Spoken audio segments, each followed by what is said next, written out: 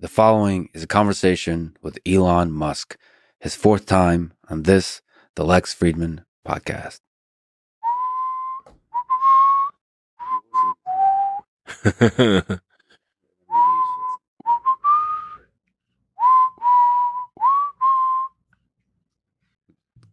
thought you were going to finish it. It's one of the greatest themes in all of film history.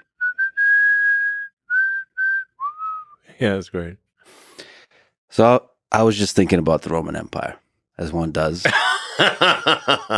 that whole meme where old guys are thinking about the Roman Empire at least once a day. And half the population is confused whether it's true or not.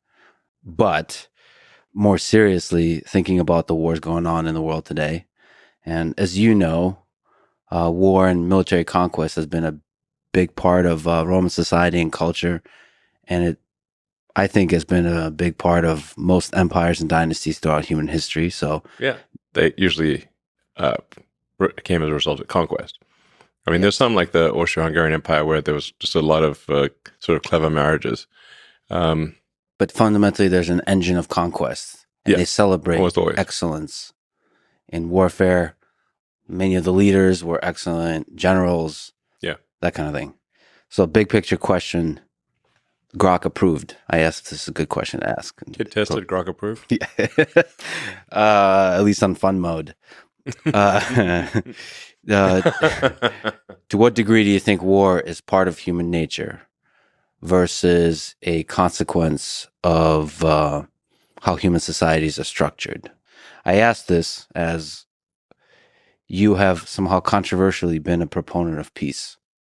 I'm generally a proponent of peace. I mean, ignorance is perhaps, in my view, the real enemy to be countered. That's the real hard part, not, fighting other humans.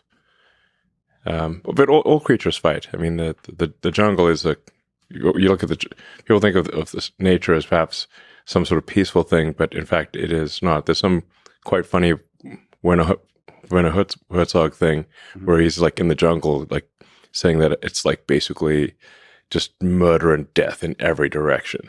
I mean, the plants and animals in the jungle are constantly trying to kill and eat each other every single day, every minute. So it's not like we're unusual in that respect. Well, there's a relevant question here, whether with greater intelligence comes greater control over these base instincts for violence. Yes. We have much more of an ability to control our limbic instinct for violence than, say, a chimpanzee. And in fact, if one looks at, say, chimpanzee society, it is not friendly. I mean, the bonobos are an exception. But chimpanzee society is filled with violence, and it's quite horrific, frankly. That's our limbic system in action. Like, you don't want to be on the wrong side of a chimpanzee. It'll eat your face off and tear your nuts off. Yeah, basically there's no limits or ethics or... the Romans had just war. There's no just war in the chimpanzee societies. Is war and dominance by any means necessary? Yeah, chimpanzee society is like a primitive version of human society. They're not like peace-loving, basically, at all. There's extreme violence. And then once in a while, somebody who's watched too many Disney movies decides to raise a chimpanzee as a pet, and then that eats their face or rips their nuts off or chews their fingers off, that kind of thing. Yeah, it's happened several times. Ripping your nuts off is an interesting strategy for interaction. It's happened to people. It's unfortunate. Like, that's, I guess, one way to ensure that the other chimp doesn't, contribute to the gene pool. Well, from a martial arts perspective, it's a fascinating strategy. the nut ripper. I wonder which of the martial arts teaches that. I think it's safe to say if somebody's got your nuts in their hands and has the option of ripping them off, you will be amenable to whatever they want. Yeah, safe to say. So, like I said, somehow controversially, you've been a proponent of peace on Twitter, on X. Yeah. So let me ask you about the wars going on today and to see what the path to peace could be. How do you hope the current war in Israel and Gaza comes to an end? What path do you see that can minimize human suffering in the long term in that part of the world? Well, I think that that part of the world is definitely like if you look up there is no easy answer in the dictionary. It'll be that like the picture of the Middle East, and Israel especially. So there is no easy answer. Um, or what my this is strictly my opinion of is that